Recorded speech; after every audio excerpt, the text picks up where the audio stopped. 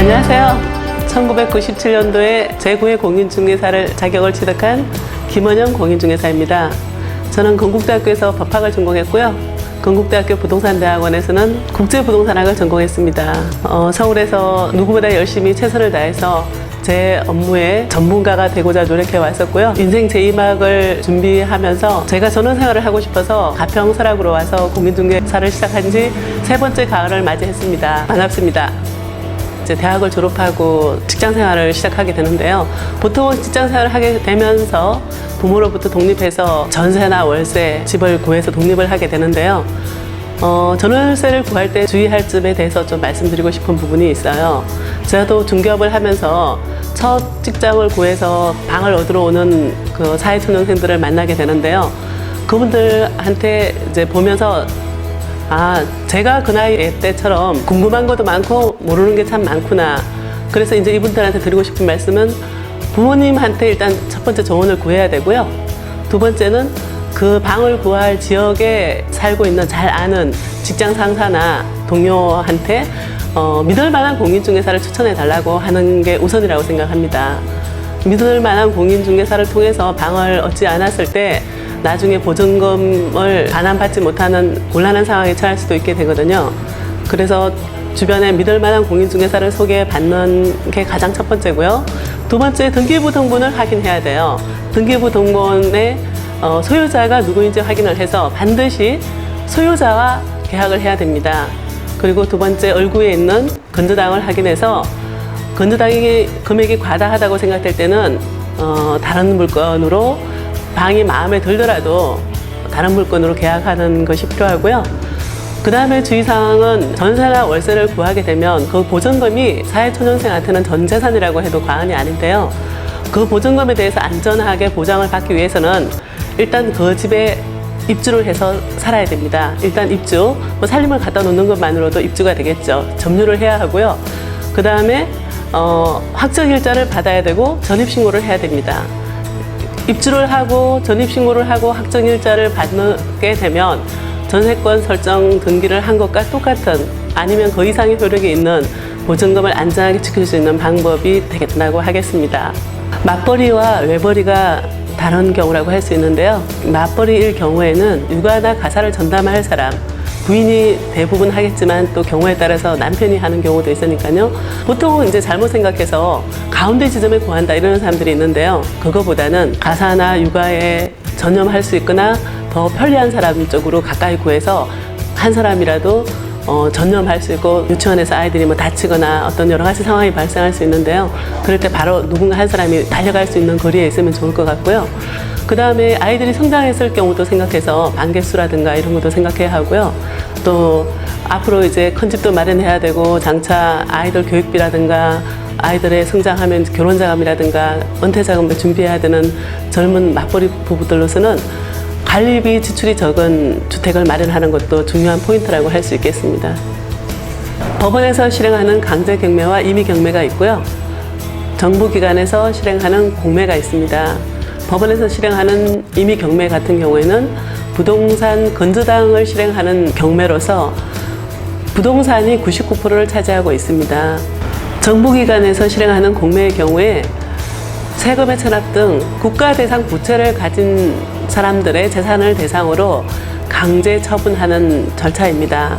부동산은 물론이고 자동차, 선박, 오토바이, 지식재산권 등 그 매물의 종류가 다양하고 범위가 광범위합니다. 중고자동차의 경우 자동차 매매 시장보다 공매를 통해 구입하는 것이 유용한데요. 가격의 합리성이 보장되고 자동차 상태에 대한 정확한 체크나 품질에 대한 리스트가 주어지기 때문에 자동차의 경우에 한때 공매를 통해서 구입하는 것이 유행인 적도 있었습니다. 최근에 9.1 부동산 대책이 서울의 아파트를 중심으로 해서 대책이 많이 나오면서 지금 아파트를 중심으로 투기가 과열되는 분위기를 많이 느끼게 되는데요. 지금 서울이나 경기도 일원의 아파트는 초과 공급 상태입니다. 그리고 지금 우리 서울이 행정수도와 경제수도의 역할을 해오다가 세종시로 행정수도의 역할을 분담을 나누고 있고요. 전국의 10개의 도시에 기업 도시 등 특화된 도시들이 만들어지고 우리나라 행정기관은 세종시로 가고요. 공기업들은 10개의 도시로 나누어져 다 이전을 하게 됩니다. 그렇게 되면 서울이나 경기도 이런에 기존의 아파트들에 대한 공실이 많이 우려가 되고요. 지금 앞으로 초과 공급되는 아파트까지 포함을 하면 지나친 공급으로 나중에 가격 폭락도 우려가 되고요. 가장 걱정스럽고 우려스러운 점은 서울보다 경기도 외곽의 대형 평형의 아파트들이 공실 우려가 많이 걱정스럽고요. 또 일본의 전철을 밟아서 신도시나 수도권 외곽에 있는 대형 아파트들이 유령 도시로 변할 수 있는 우려가 있습니다. 그 점에 대해서 깊이 고려하고 아파트에 대한 투자는 역세권이라든가 대학가 주변이라든가 내 생활권 위주의 실수요 위주로 사이즈를 크지 않은 평형 형태를 실속형으로 해서 구입하시고 투자하시면 좋은 투자가 될 것 같습니다. 부동산 투자에서 그동안은 주거용인 아파트가 대세였다면 우리가 국민소득이 2만 불에서 4만 불로 올라갈 때 전원 생활에 대한 수요가 폭증합니다. 지금 현재 우리가 삼성 세리연구소의 발표에 의하면 2016년도에 우리나라 국민소득이 3만 불이 될 예정이라고 합니다. 그 사실을 입증이라도 하듯이 TV라든가 각종 매스컴에서 전원생활이나 자연인이라든가 자연과 함께 살아가는 사람들, 기농기촌에 대한 프로그램이 폭주하고 있고요. 거기에 대한 수요도 많다고 보여집니다. 그에 대한 이론으로 저는 이제 그 전망을 읽고 제가 뭐 전원 생활을 하면서 전원형 부동산 중개업을 하고 있지만 앞으로 갈수록 거기에 대한 니즈가 늘어날 거고요. 이제 전원주택에 대해서는 두세 가지로 구분을 좀 해야 되는데요. 정말 전원 생활을 하기 위한 기촌형, 그 세컨하우스를 필요로 하시는 건지 아니면 기농을 하실 건지에 따라서 전원 생활에 대한 그 설계가 달라져야 하고요. 그 다음에 이제 투자를 하시는 데 있어서 도시형과 그 전원형 두 가지로 비중을 좀 포트폴리오를 한다면 도심의 60%의 자산을 보유하고 전원의 토지라든가 전원주택의 40% 정도의 포지션으로 투자를 하는 그 포트폴리오도 필요하다고 보여집니다. 앞으로 갈수록 전원생활에 대한 수요가 늘어나고 우리나라가 국토 면적이 넓지 않은데 또한 산악지형이다 보니까 사실 실제적으로 그 사용할 수 있는 가용 가능한 토지는 많지 않습니다. 그래서 전원생활에 눈을 돌리고 산업사회가 끝나면서 자연으로 돌아가려고 하는 니즈가 많아지면 토지라든가 전원주택에 대한 가격이 상승될 걸로 기대를 하고 있습니다. 전원형 투자에 대해서도 포트폴리오에 대해서 고민해 보시면 도움이 될 것 같습니다. 공인중개사가 전 국민 자격증이라고 한때 열풍을 일다시피 했었어요. 요즘 부동산 가격이 이제 많이 하락하고 그러면서 부동산 투자에 대한 열기가 조금 식으면서 공인중개사에 대한 인기도 뭐 조금 떨어졌다고는 할 수 있지만 그래도 역시 보통 사무직이나 엘리트들이 가장 갖고 싶은 자격증 중에 하나가 공인중개사인 것 같은데요. 보통은 그냥 쉽게 생각하고 책 몇 권 사서 보다 보면 되지 않을까 하고 책 샀다가 책값만 버리는 경우가 많은데요. 공인중개사는 자격을 취득하지 않더라도 공부를 하게 되면 나중에 추후 자산관리나 자기 재산을 지키는 데 있어서 여러 가지로 유용하게 쓰이게 되므로 기왕에 공인중개사에 관심을 가진다면 공부를 제대로 한번 해보신다고 생각하시고요.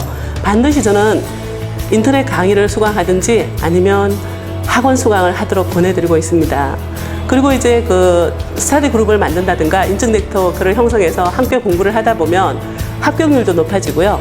그 다음에 나중에 합격을 하고 난 다음에 개업을 하더라도 그 사람도 같이 공부한 사람들끼리 인증 네트워크 만들어서 개업에도 도움을 받으시길 바랍니다. 제가 부동산 중개업을 하면서 후임 광고를 내면 많은 분들이 찾아와서 일 좀 배우고 싶다고 찾아옵니다. 근데 막연히 일 배우고 싶다고 찾아가기보다는 자기가 잘 아는 지역 그리고 앞으로 개업할 예정인 지역 주변에서 중개업을 시작하는 게 좋을 것 같고요. 그 다음 처음부터 오픈을 해서 자기가 등록을 하고 개업을 하는 거는 요즘 경쟁이 워낙 치열하고 전문가들이 많습니다. 그래서 리스크가 있으니까요. 일단 취업을 해서 자기가 잘 아는 지역의 그 주변의 부동산 중개업소에 취업을 해서 최소한 1년 이상 경력을 쌓고요. 그 다음에 나중에 개업을 할 때는 그 기존에 자기가 출근했던 그 업소와 적정한 거리를 유지해서 그 도덕적 해이라든가 이런 것도 그 방지를 하면서 그분들하고 또 네트워크를 마련해서 물건을 또 매물을 또 공유할 수도 있고요. 그리고 또 반드시 개업을 할 때는 처음 개업을 할 때는 경력이 있더라도 주변에 경력자와 같이 함께 하시면 더욱더 도움을 받을 수 있을 것 같습니다. 그리고 성실하고 열정이 있다면 경력이 좀 모자라더라도 꾸준한 노력을 하면 잘할 수 있게 됩니다. 노력하는 자를 이길 수는 없는 거죠. 예, 성공하시기 바랍니다. 기농과 기촌에 대해서 사람들이 구분을 잘 못하고 기촌도 기농이라고 생각을 하는 경우가 많이 있는데요. 기농하고 기촌은 많은 차이점이 있습니다. 기촌을 먼저 말씀드리면 임대사업자나 연금소득이 있는 그 여유 생활을 즐기는 사람들이 4도 3촌의 생활을 하기 위해서 세컨하우스를 가지고 여유 있게 생활을 하는 분들이라고 할 수가 있고요. 귀농의 경우에는 일정한 수입원이나 소득은 없이 농작물의 재배나 판매로서 수익을 취하려고 하는 사람들이기 때문에 기반이 다르고 어디로 가야 되는가도 상당히 차이점이 있습니다. 기농의 경우에는 지방자치단체나 국가가 귀농을 장려하고 여러 가지 정책 자금도 많이 주고 하는 지역이 여러 군데가 있는데요. 그런 데를 잘 살펴보시면 예를 들자면 요즘 뭐 경북 상주시라든가 또 계산군이라든가 많은 지방자치단체들이 도시의 귀농인들을 유치하고자 여러 가지 지원 정책을 하고 있습니다. 어디가 더 유리한지 나한테 맞는지 좀 살펴보고 선택하시면 될 것 같고요. 또 작물, 어떤 작물을 경작할지에 따라서도 지역이 달라져야 된다고 생각하고요. 그 다음 또 중요한 점은 귀농 시에 전혀 지인이라든가 자기를 주변에서 도와줄 사람이 없는 지역보다는 교육을 받으면서 알게 된 사람이든 뭐 고향 친구든 아니면 지인이든 누구든 가까이에 귀농에 대해서 귀농 생활을 하면서 부딪히는 여러 가지 어려운 점에 대해서 도와줄 수 있는 사람이 가까이에 조언해주고 조력해줄 수 있는 사람이 있다면 더욱더 안전하게 정착할 수 있을 것 같습니다. 직장인이라면 누구나 창업의 꿈을 꾸게 되는데요. 우리나라 자영업자 비율이 OECD 국가 중에서 가장 높다고 합니다. 우리나라 자영업자가 30%를 상회하고 있고요. 그 중에 50%가 1년 안에 폐업한다고 합니다. 자영업자 시장이 얼마나 어려운지, 성공하기가 어려운지 나타내는 지표라고 볼 수 있는데요. 첫 번째 창업 자금 계획에 대해서 제일 먼저 신중하게 규모라든가 어떻게 돈을 사용하고 준비할 것인지에 대한 자금 계획이 제일 중요할 것 같고요. 그 다음에 자기가 잘할 수 있거나 어떤 전문성을 띠거나 주변에 남보다 유리한 인프라를 가지고 있는 업종 선택에 대해서도 되게 유념해야 됩니다. 그 다음에 누구를 상대로 할 것인가, 타겟에 대한 설정도 중요합니다. 창업이라는 멀고도 힘든 길인데요. 성실과 열정이 있다면 성공할 수 있습니다. 창업 자금과 업종이라든가 타겟을 누구로 할 것인지에 대한 기본적인 준비 외에 제가 더 중요하게 생각하는 부분이 있는데요. 어디에다 할 것인가 하는 입지 선정의 문제하고요. 어떻게 할 것인가 하는 사업 계획상의 문제가 있습니다. 입지 선정 같은 경우에 저 같은 경우는 언제나 한두 번 보고 결정하는 일은 없습니다.